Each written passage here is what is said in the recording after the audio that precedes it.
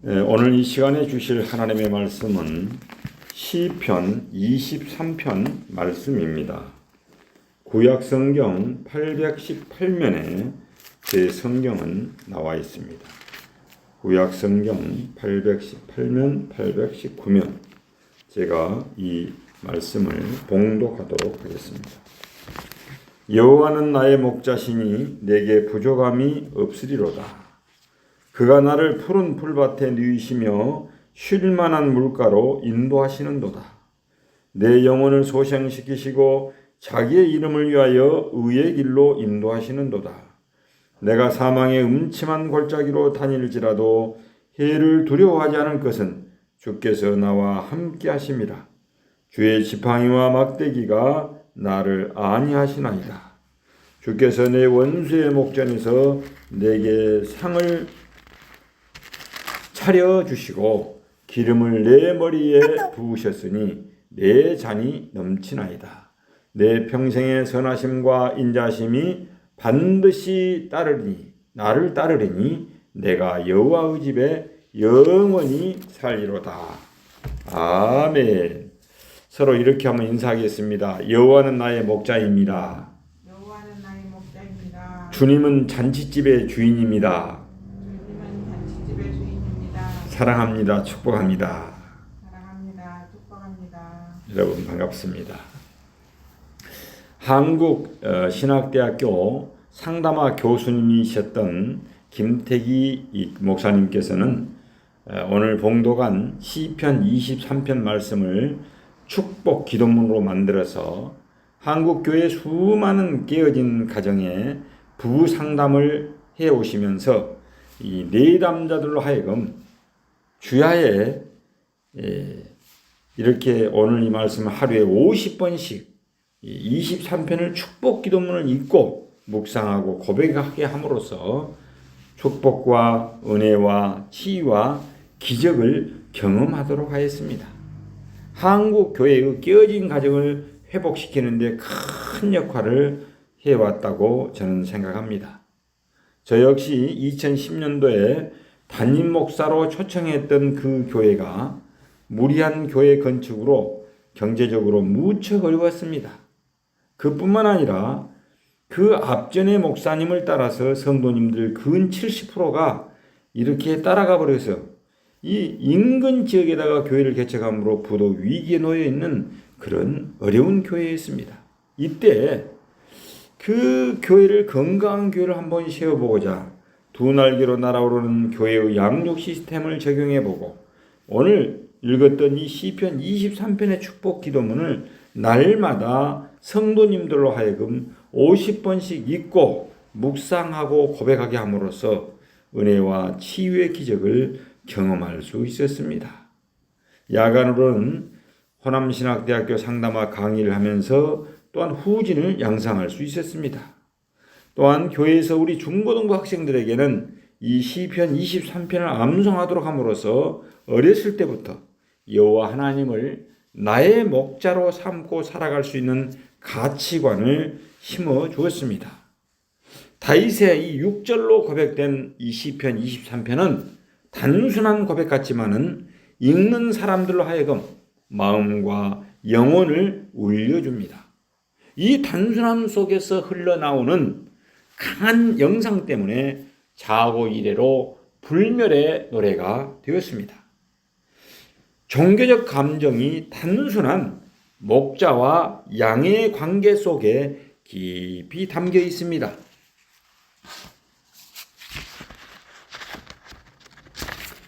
그래서 이 시를 읽고 묵상할 때 마음의 평안과 안식을 느끼게 됩니다. 시인은 하나님을 마치 어린아이처럼 신뢰합니다. 정말 시편 23편은 시편 150편 중에서 가장 멋진 시요 달콤한 시라고 말할 수 있습니다. 성군 다윗이 쓴 시편이 23편은 신구약 66권의 말씀 가운데 가장 많은 사랑을 받은 말씀이라고 해도 아마 과언이 아닐 것입니다.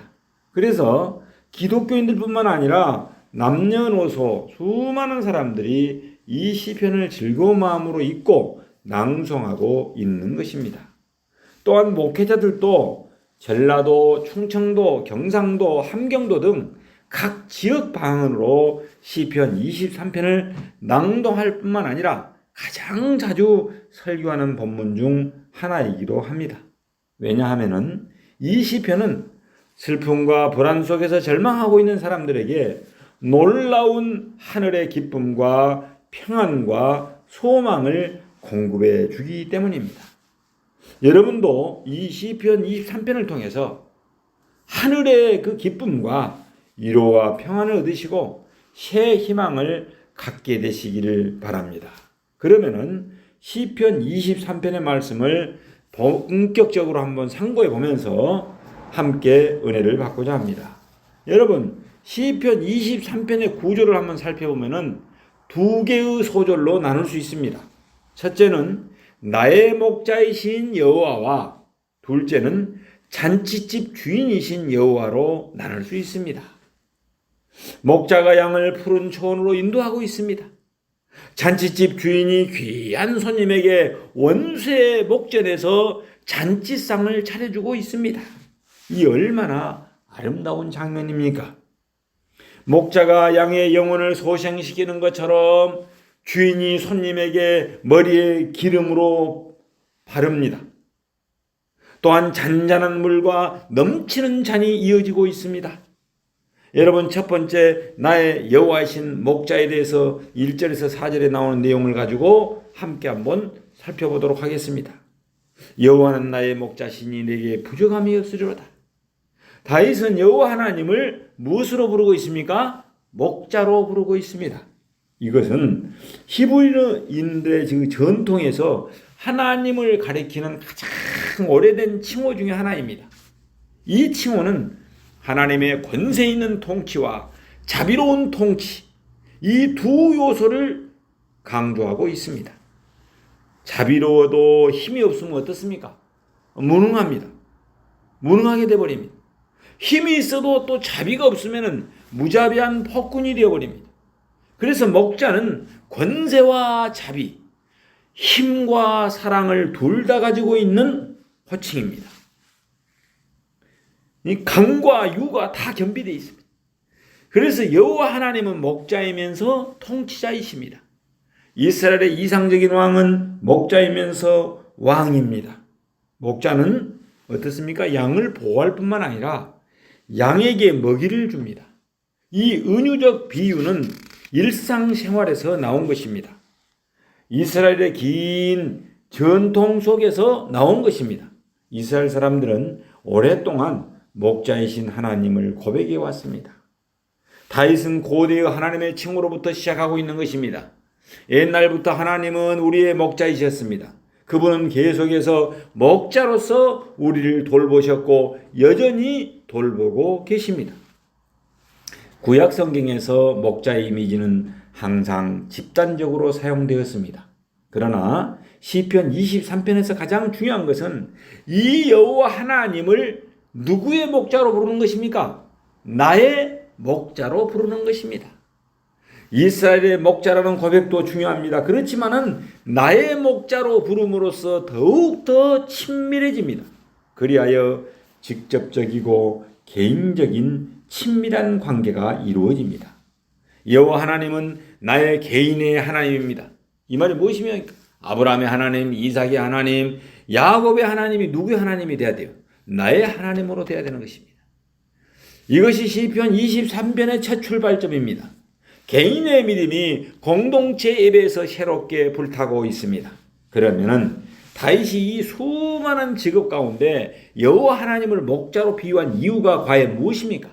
그것은 자신이 목자로서 친히 양떼를 위해서 목숨을 걸고 늑대나 싸나운 짐승과 싸우면서 양들을 지킨 경험을 했기 때문입니다. 따라서 목자가 양을 돌보듯이 하나님께서는 자신을 친히 돌보시는 분이었기에 그러므로 내가 부족함이 없다고 노래하였습니다. 여호와 하나님이 목자이심으로 시인은 내게 부족함이 없다고 말할 수 있습니다. 그래서 어떤 학자는 여호와께서 나의 목자이신 한 나에게 부족함이 없다라고 번역하였습니다. 이 표현 속에 과거와 현재와 미래가 만납니다. 하나로 어우러집니다. 즉 목자이신 여호와 하나님을 생각할 때 그동안 베풀어 주신 여러 은혜를 기억하지 않을 수 없습니다. 과거에 그동안 정말 부족함이 없었다. 지금도 현재 지금도 내게 부족함이 없다. 나아가 미래에도 부족함이 없을 것이다. 따라서 이 표현 속에는 과거에 대한 감사와 현재에 대한 만족과 미래에 대한 확신이 담겨져 있습니다. 이 표현은 일반적으로 볼 때 목자가 충분한 양식을 공급해 준다는 뜻입니다. 그가 나를 푸른 풀밭에 누이시며 쉴만한 물가로 인도하시는도다. 여러분, 이 1절에 이 목자상을 더욱더 확대시키고 있습니다. 목자가 양을 인도하고 먹을 것을 줍니다. 목자의 주된 역할이 무엇인지를 우리에게 보여주고 있습니다. 목자는 양을 눕게 하고 양을 돌보는 모습입니다. 양과 친밀한 모습이 나타나고 있습니다. 푸른 풀밭은 풀이 많은 초원을 말하고 있습니다. 다윗은 목자가 메마른 땅으로 양을 이끌어가지 않고 풀과 물이 많은 곳으로 인도함을 강조하고 있습니다. 팔레스타인에서 메마른 곳이라 하면은 성지순례를 가보면은 참으로 이 바위가 많고 덤풀이 많습니다. 여러분, 쉴만한 물가는 무엇을 말합니까? 잔잔한 물가를 말합니다. 여기서 양들은 서두르지 않고 목을 축일 수 있습니다. 여기에는 풍부한 물이 있습니다. 급류가 있는 곳에서는 물을 마시기가 힘들고 잘못하면 어떻습니까? 물에 빠지게 됩니다. 이 팔레스타인의 양은 날마다 마실 물이 필요합니다. 날씨가 덥고 기후가 건조하기 때문입니다. 여호와는 나를 인도하신다 해서 여기서 인도하신다는 말은 부드러운 인도함을 말하고 있습니다. 그는 목자와 같이 양무리를 먹이시며 어린 양을 그 팔로 모아서 품에 안으시며 젖먹이는 암컷들을 온순히 인도하셨습니다. 하나님은 안식의 처소로서 우리를 인도하십니다. 여호와 하나님을 목자로 모시면 이 세상의 상황은 변함이 없을지라도 우리는 마음의 안식을 누리게 되는 것입니다.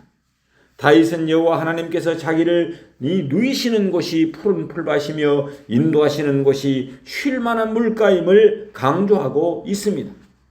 목자가 양들의 휴식을 위해서 가장 적당하고 평온한 거처를 선택하여서 양들을 쉬게 한다는 사실을 나타내주고 있습니다.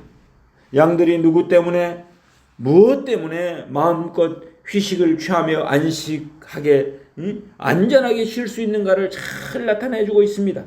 이것은 바로 양들을 쉴만한 물가로 인도할 뿐만 아니라 그곳에서 양들이 쉬고 있는 동안에도 양들을 보호하기 위하여 불철주야로 지키고 있는 목자가 있기 때문입니다.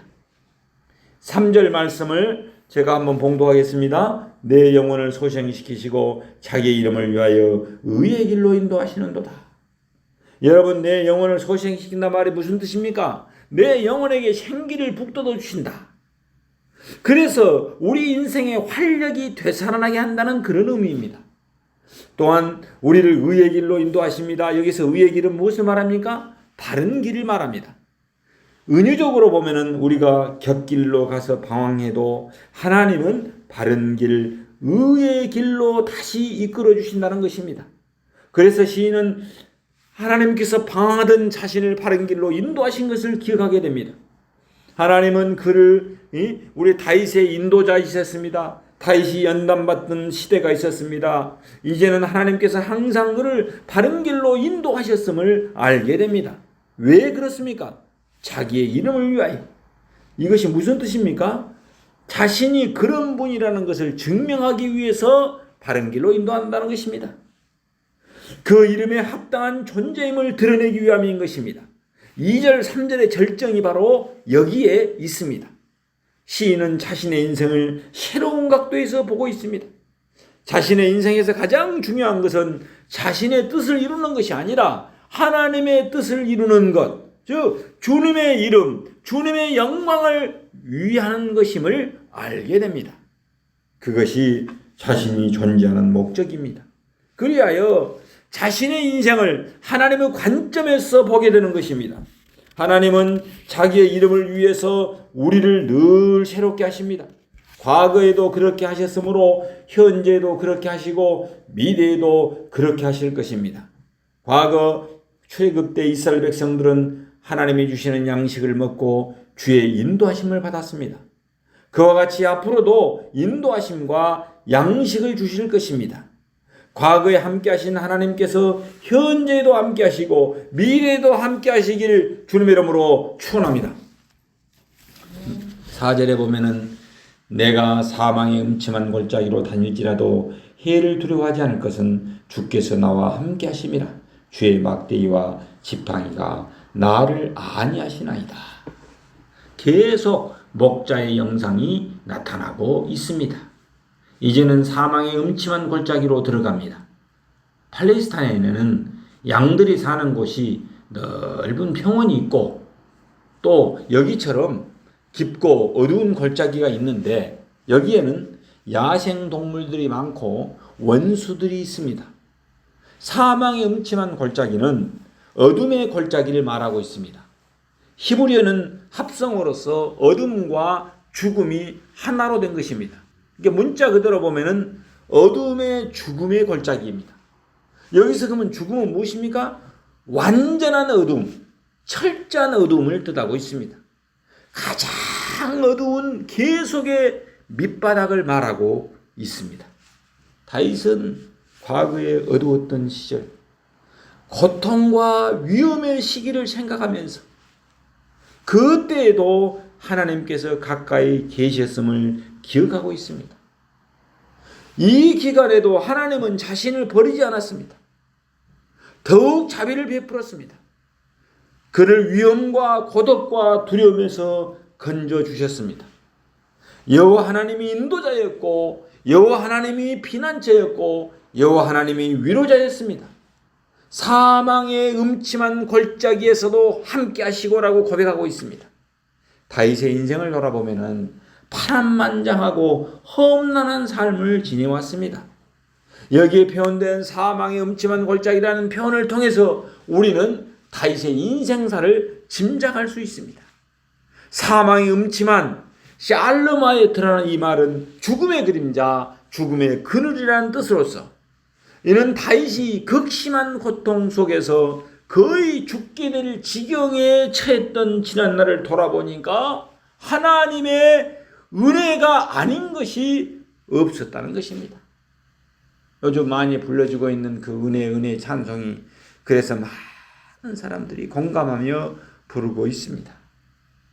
다윗은 푸른 풀밭이나 쉴 만한 물가라는 표현을 통해서 하나님의 그 안식처 같은 포근함을 느끼게 하는 것과 대조적으로 선명하게 장소적인 이 표현을 통해서 평온하고 풍족한 삶만 살았던 것이 아님을 우리는 깨달을 수 있습니다. 이와 정반대되는 사망의 음침한 골짜기로도 다녔음을 그는 고백하고 있는 것입니다. 다윗은 극심한 고통 상황 속에서 하나님께서 건져주신 구원의 은총을 바탕으로 하여 이제와 앞으로 살아갈 미래에도 어떠한 환난이 닥친다 할지라도 어떠한 환난이 엄습해 온다 할지라도 두려움 없이 그것을 맞이할 수 있다는 고백을 더욱 진솔하고도 확고하게 올려드리기 위해서 이 같은 표현을 하고 있습니다. 하나님께서 사랑하는 여러분, 순례의 참으로 어렵습니다.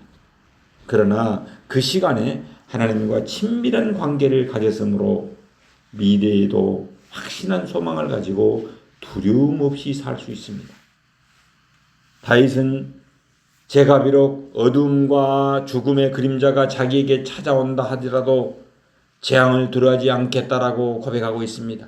그 이유가 하반절에 제시된 주께서 저와 함께하기 때문이라는 것입니다. 주님께서 다윗과 함께하기 때문에 자기는 어둠과 죽음의 그림자가 엄습해 보일지라도 두려워하지 않겠다는 것입니다. 처음으로 다윗은 주께서라고 하나님을 직접적으로 부르고 있습니다. 이것이 무엇입니까? 신앙 고백입니다. 하나님의 임재가 그에게 위로와 힘이 됩니다. 주의 지팡이와 막대기가 나를 안위하시나이다. 주의 지팡이와 막대기가, 참 이 찬송 부를 때마다 얼마나 감동이 되는지요. 주의 지팡이와 막대기가, 주의 지팡이와 막대기가 다윗을 안위하시나이다라고 고백하고 있습니다. 팔레스타인의 목자는 막대기와 구부러진 지팡이를 가지고 다녔습니다. 막대기를 가지고 야생 동물로부터 양떼를 지키며 지팡이로 양들을 인도하며 다스리십니다. 막대기는 쇠로 만들어져서 무서운 짐승이나 사나운 동물을 제어할 때, 그럴 때 사용합니다. 그러나 이것은 방어적인 무기입니다. 또한 인도하는 지팡이가 있습니다. 이것은 뒤로 처진 짐승들을 격려합니다.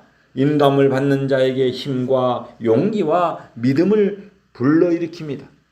막대기로 양을 다스리는 것은 정사와 권세의 상징입니다. 양을 지킬 뿐만 아니라 양을 다스리십니다.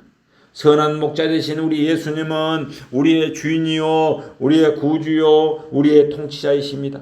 선한 목자 되신 예수님을 영접하고 믿고 의지하고 살아가시길 예수 이름으로 축원합니다. 여호와 하나님은 당신 자신이 계시하신 거룩한 이름의 명예를 필연적으로 지키십니다. 이를 위해서 공경에 처한 자기 백성, 곧 당신이 기르는 양으로 삼으신 다윗과 이스라엘을 보호하시고 영혼의 생기를 부어주시며 바른 길, 의로운 길로 인도하셨습니다. 여기에 그 의의 길은 좁은 길을 말하고 있습니다. 그래서 예수님께서는 생명으로 인도하는 문은 그 길이 좁고 협착하다라고 말씀하셨습니다. 그러나 그 길은 여호와께서 인도하시는 길이시므로 결국은 생명으로 통하는 것입니다. 목자가 양을 이끌고 앞서가는 모습을 상기시켜 줍니다. 다윗이 홀로 의를 행한 것이 아니라 하나님께서 인도하시고 먼저 의로운 길로 앞서가시기 때문에 의의 길을 갈 수 있음을 말하고 있습니다. 다윗은 하나님이 주체가 되고 자신은 객체가 되어서 하나님의 목자로서 얼마나 세심하면서 완전 무결하게 양인 자신을 돌보는지를 강조적으로 나타내주고 있습니다. 여러분, 두 번째로 나의 잔치집 주인이신 여호와에 대해서 살펴보도록 하겠습니다. 주께서 네 번째 목전에서 상을 차려주시고 기름을 내 머리에 부으셨으니 내 잔이 넘치나이다 라고 5절에서 고백하고 있습니다. 시인은 초점이 이제 변하고 있습니다. 하나님의 모습이 목자에서 무엇으로 바뀌었습니까? 잔치집 주인으로 바뀝니다. 이 고백은 하나님께서 다윗으로 하여금 누리게 하시는 승리의 축제가 자신을 적대시하며 괴롭혔던 원수들이 목격하는 가운데 베풀어 주셨음을 말하고 있습니다. 여기서 상을 이라는 말은 손님을 식사에 초대하여 음식을 나눌 때 사용하는 그 상 있잖아요. 상. 식탁을 가리킵니다. 식탁. 또 차려주시고라는 말은 아라크라는 이 용어인데 순서대로 놓다, 배열하다, 정돈하다라는 뜻으로 손님을 접대하기 위해서 귀한 음식들을 상에 잘 차려놓은 것을 가리키는 것입니다. 따라서 상을 차려주시고라는 말은 식탁을 잘 차리시고라는 그런 말입니다. 본문의 상황은 시인이 아직 승리를 거둔 상태가 아닙니다. 그러나 다윗은 자신이 자기 앞에 있는 대적들로 인하여 결코 패배하거나 절망하지 않고 목자이신 여호와 하나님을 인하여 반드시 승리할 것을 확신하였습니다. 그래서 이 시편 23편에서 다윗은 하나님께서 그가 거둘 승리를 미리 축하라도 하듯이 원수들 앞에서 잔치 식탁을 차려주심을 노래하였습니다. 머리에 이 기름을 머리에 부으셨으니 라는 뜻을 살펴보도록 하겠습니다. 여러분, 잔치 전에 향기로운 기름을 바르는 의식이 있었습니다. 이것은 귀한 손님으로 그를 영접하는 의식이었습니다. 동양의 잔치에는 기름이 있었습니다. 내 잔이 넘치나이다. 이 넘치도록 가득 잔에 마실 것을 부어줍니다. 풍성한 식사입니다. 주인은 손님을 돌보아 줄 뿐만 아니라 기쁨도 줍니다. 잔이 넘치도록 가득 채워주신다는 표현이 독특한 표현으로 등장하고 있습니다. 다윗의 생애를 보면은 그는 파란만장한 삶을 살았습니다. 오랫동안 도망자로 살았습니다. 그러나 하나님께서 유다와 이스라엘의 목자다운 왕으로 세워주셨습니다. 사울의 집과 블레셋 사람들을 다 물리쳤습니다. 물론 충신 우리아의 아내 바세바를 범한 죄가 있었고 반역했던 아들 압살롬을 잃은 고통도 있었습니다. 그러나 잔치집 주인이 그의 잔치, 그의 잔이 넘치도록 가득 채워주신다라고 고백하고 있습니다. 과거에 광야길을 걷던 이스라엘 백성들에게 하나님은 식탁, 상을 차려주셨습니다. 그와 같이 지금도 광야길을 걷고 있는 양들에게 상을 차려주십니다. 여러분, 십자가 고난 후에 부활이 있듯이 사망의 음침한 골짜기를 지난 후에 잔치와 축제가 그들을 기다리고 있다는 것이 얼마나 자연스러운 현상입니까? 거룩한 의식에 다윗은 참여합니다. 많은 회중들이 축제 옷을 입고 머리에 향기로운 기름을 바르고 기쁜 축제의 식사를 하나님의 집에서 나누고 있습니다. 하나님은 인자한 잔치집 주인이십니다. 사실 다윗은 하나님의 손님이었습니다. 잔치집 주인의 손으로부터 풍성한 축복과 고기와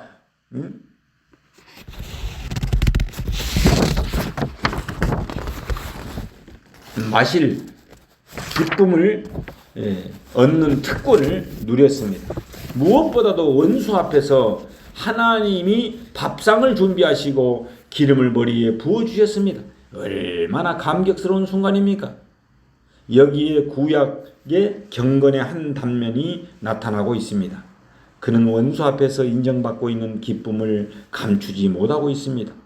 다윗은 하나님께서 여러 원수 앞에서 자신을 사랑하고 돌보고 있음을 보여달라고 기도합니다. 여기에 원수가 등장하는 것을 이해하기가 쉽지 않습니다.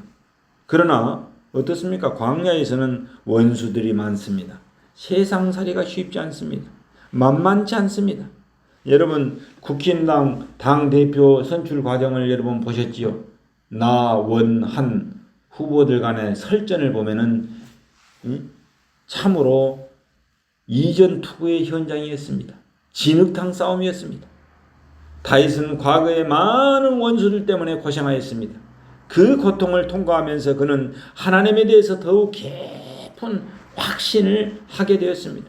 그가 미래를 바라볼 때 미래에도 원수들이 많을 것입니다. 지금도 원수가 없는 것이 아닙니다. 그러나 임마누엘 하나님이 돌보실 것입니다. 다윗은 잔치집 주인으로부터 넘치도록 채워주시는 잔을 마십니다. 여기에 더 깊은 상징성이 있습니다. 이것이 축제의 잔입니다. 이 잔치는 잔치집 주인이신 여호와 하나님이 돌보시고 보호해 주신 것을 축하하는 잔치입니다. 다윗의 체험이 너무도 풍성하며 삶 자체가 넘치는 축복입니다. 과거의 체험과 현재의 기쁨과 미래의 확신으로 나타나고 있습니다. 마지막 절을 제가 봉독하겠습니다. 내 평생의 선하심과 인자심이 반드시 나를 따르리니 내가 여호와의 집에 영원히 살리로다. 하나님의 넘치는 축복을 생각할 때 그는 마지막으로 탄성을 지르지 않을 수 없습니다. 탄성을 지르지 않을 수 없었던 것입니다. 그동안 누가 나를 따랐습니까?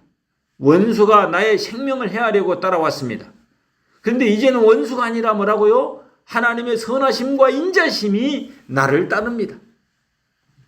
정말 선하심과 인자심이 나를 따르고 있습니다.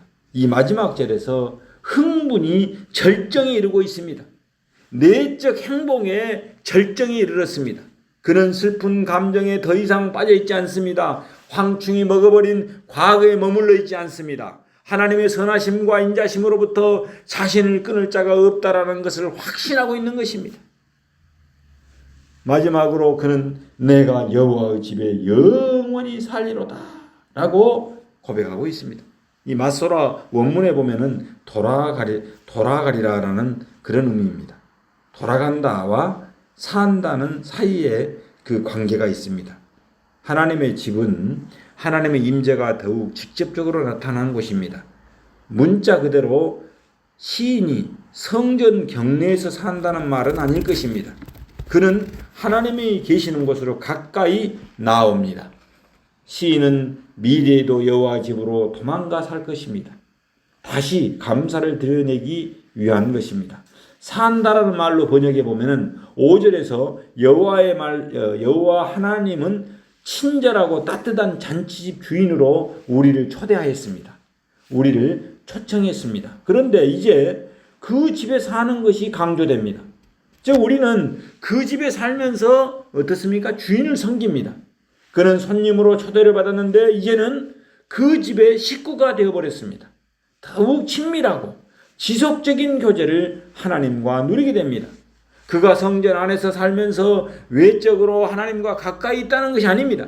영적으로 하나님과 더욱더 깊은 교제를 나누고 있다는 것입니다.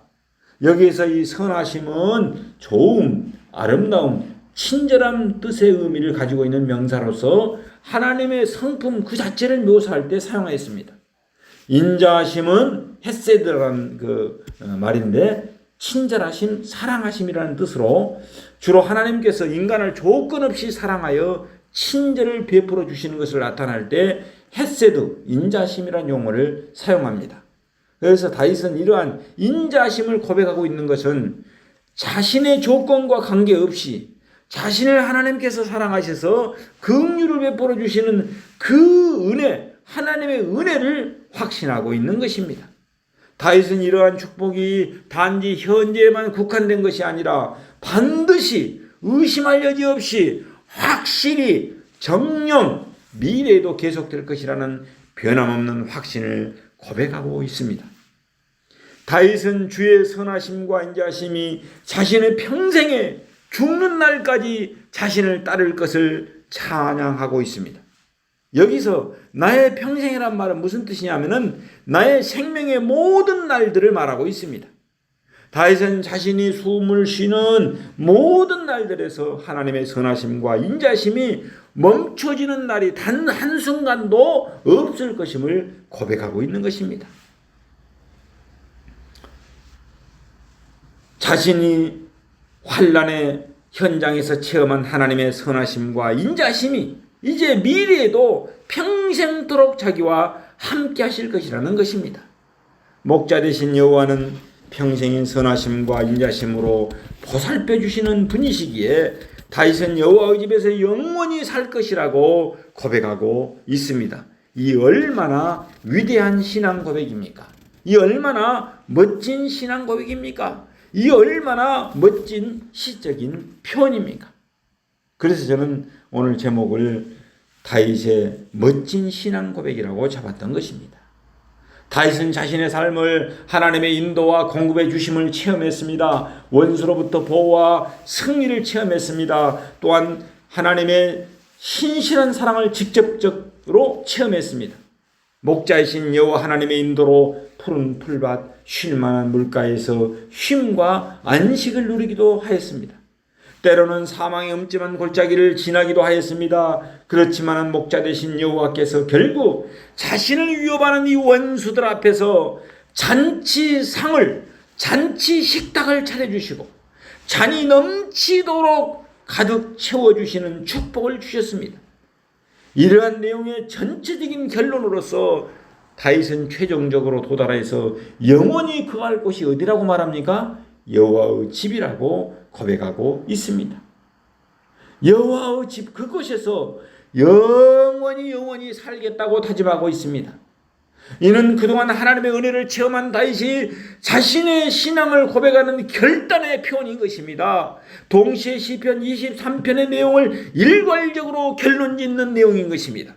이는 총말론적인 의미로서 여호와의 구원하심과 인도하심, 원수들 앞에서 잔치상을 차려주시며 잔이 넘치도록 가득 채워주시는 축복을 경험한 성도들이 마지막으로 도달할 것입니다. 본문에서 이 여호와 집은 1차적으로 당시 예루살렘에 옮겨진 하나님의 언약궤를 둔 성막을 가리킵니다. 그러나 한 걸음 더 나가서 삶의 전 영역에 있어서 하나님과 더 깊은 관계를 가지겠다는 고백인 것입니다. 여호와의 집에서 영원히 살겠다는 것은 하나님께서 기뻐하시는 거룩한 공동체의 일원으로 섬기는 삶을 살겠다는 것입니다. 이는 본시의 전체적인 결론으로서 종말에 거할 곳, 살아야 할 곳이 어디인지를 분명하게 확인시켜 줍니다. 하나님께서 사랑하는 여러분, 혹시 인생의 진퇴양난의 위기 가운데 있습니까? 그래서 절망과 우울과 불안과 슬픔의 자리에 쓰러져 있지 않습니까? 인생의 목자가 되시는 시편 23편의 이 축복의 말씀을 붙잡고 다시 일어나시기를 선한 목자 되시는 예수님의 이름으로 축원합니다. 시편 23편의 축복 기도문을 제가 봉독함으로써 설교를 마치고자 합니다. 시편 23편의 축복 기도문. 여호와는 나의 목자시니 내가 걱정하고 근심하고 불안하지 않나이다. 내가 긴장하고 시기하고 질투하고 미워할 필요가 전혀 없나이다.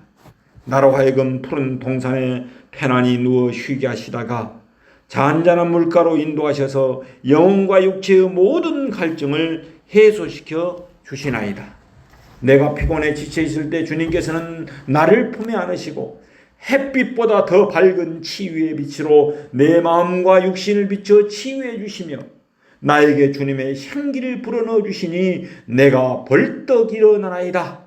소리 높여 찬송을 부르나이다. 내가 잘못된 길로 들어서면 하나님은 사랑으로 나를 올바른 길로 그동안 인도하여 주셨고 지금도 인도하시며 앞으로 인도하여 주시나이다. 험악한 세상을 살면서도 내가 감사한 것은 주의 지팡이와 막대기가 나의 앞을 가로막는 모든 장애물을 다 제거하여 주시고 나를 에워싼 모든 위험을 다 막아주시고 물리쳐 주시기 때문이나이다. 수많은 세력들이 나를 대적하려 달려들어도 하나님은 나를 위해 축복과 은총의 잔치를 베풀어 주시고 기적과 치유의 기쁨으로 내 머리 위에 부어주시니 내 잔에 하나님의 은혜가 차고 넘치나이다. 나의 평생의 여호와의 선하심과 인자심이 항상 나와 함께 하시리니 내가 여호와의 집에서 영원히 평안을 누리며 살아가리로다. 이 모든 말씀이 오늘 내 삶 속에서 주 예수 그리스도의 이름으로 이루어질 것을 믿나이다. 아멘. 기도하겠습니다. 사랑의 주님, 오늘 설교를 청취하는 모든 하나님의 백성들과 하나님의 사람들과 행복한 동산교회 모든 성도님들이 또 우리 모든 가족들이 시편 23편의 축복 기도문을 주야로 하루에 50번씩 읽고 묵상하고 고백하게 하옵소서. 그래서 하나님께서 예비한 축복과 은혜와 치유와 기적이 일어나서 전인적으로 건강한 하나님의 사람이 되어서 맑고 밝고 행복한 가정, 건강한 세상을 새로 세워나가게 하실 예수님의 이름 받들어 기도드리옵나이다. 아멘.